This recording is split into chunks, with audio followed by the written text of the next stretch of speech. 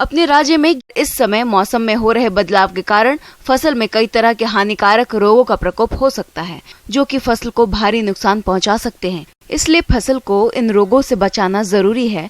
तो गेहूं की फसल में कौन कौन से रोग लगते हैं और इसकी रोकथाम के लिए कौन कौन से उपायों को अपनाएं, इस बारे में बता रहे हैं कृषि वैज्ञानिक डॉक्टर बृजकिशोर प्रजापति।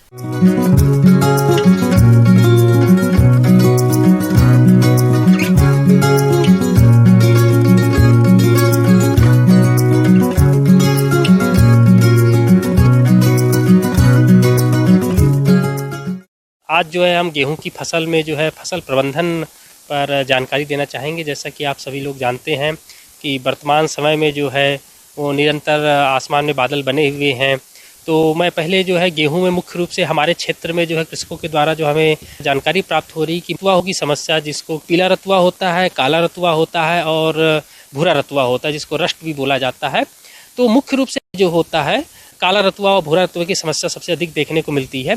इसमें आप देखेंगे कि जो काला रतुआ होता है उसमें चॉकलेट रंग का जो होता है उसमें पुस्टूल बनते हैं, मतलब छोटे छोटे धब्बे बनते हैं, धारियां नुमा बनती हैं और शुरुआती दौर में यह केवल पत्तियों में पाई जाती हैं। इस पे उभार होता है, लेकिन अगर इसका प्रभाव बहुत अधिक होता है, अगर मान लीजिए, तो यह जो होता है डंठल तने तक भी यह पहुंच जाता है और पौधे में क्या होता है, ये प्रकाश संश्लेषण की जो क्रियाएं होती है उसको रोक देता है, पत्तियां सूख जाती हैं और पौधा जो होता है वो मुरझाकर नीचे गिर जाता है, पत्तियां और डंठल भी। ये रोग जनक मृदा में रहता है। इसकी रोकथाम के लिए बीज को थायरम 2.5 ग्राम प्रति किलोग्राम बीज की दर से उपचारित कर बोएं। उन्नत प्रतिरोधी किस्मों का उपयोग करें। इसके नियंत्रण के लिए जो है मुख्य रूप से प्रोपिकोनाजोल नामक दवा जो होती है, इसकी 1 ml मात्रा को जो है प्रति लीटर पानी में घोलकर छिड़काव कर सकते हैं, या टेबिकोनाजोल जो होती है उसकी 1 ग्राम मात्रा को भी जो है 1 लीटर पानी में घोलकर हम छिड़काव करते हैं। तो निश्चित रूप से जो है हम गेरुआ या रतुआ रोग, जिसको हमारे कृषकों के द्वारा बोला जाता है, उसका हम नियंत्रण कर सकते हैं। अब इसके अलावा जो है दूसरा गेहूँ की मुख्य बीमारी जो है कड़ुआ रोग, जिसका बोला जाता है, जिसको फॉल्स स्मट भी बोलते हैं।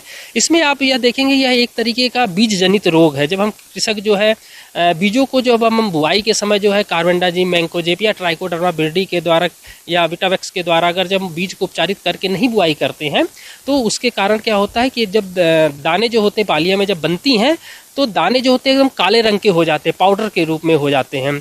उसके कारण जो होता है उत्पादकता बहुत ही कम हो जाती है। यह रोग आंतरिक रूप से संक्रमित बीज से पैदा होता है।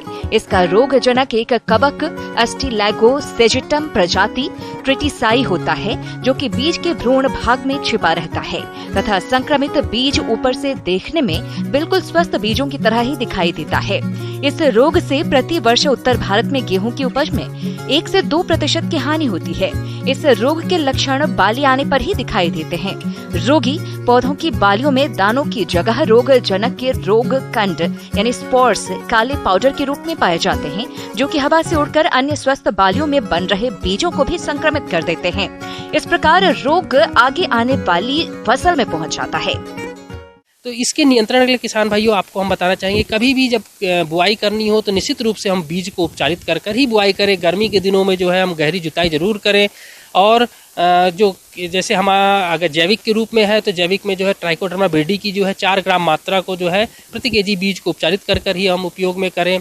या अगर रासायनिक दवाओं में जाते हैं तो कार्बेंडाजिम मैंकोजेब के साथ जो होता है उसकी 2 ग्राम मात्रा को जो है प्रति केजी बीज को उपचारित करके लगाएं।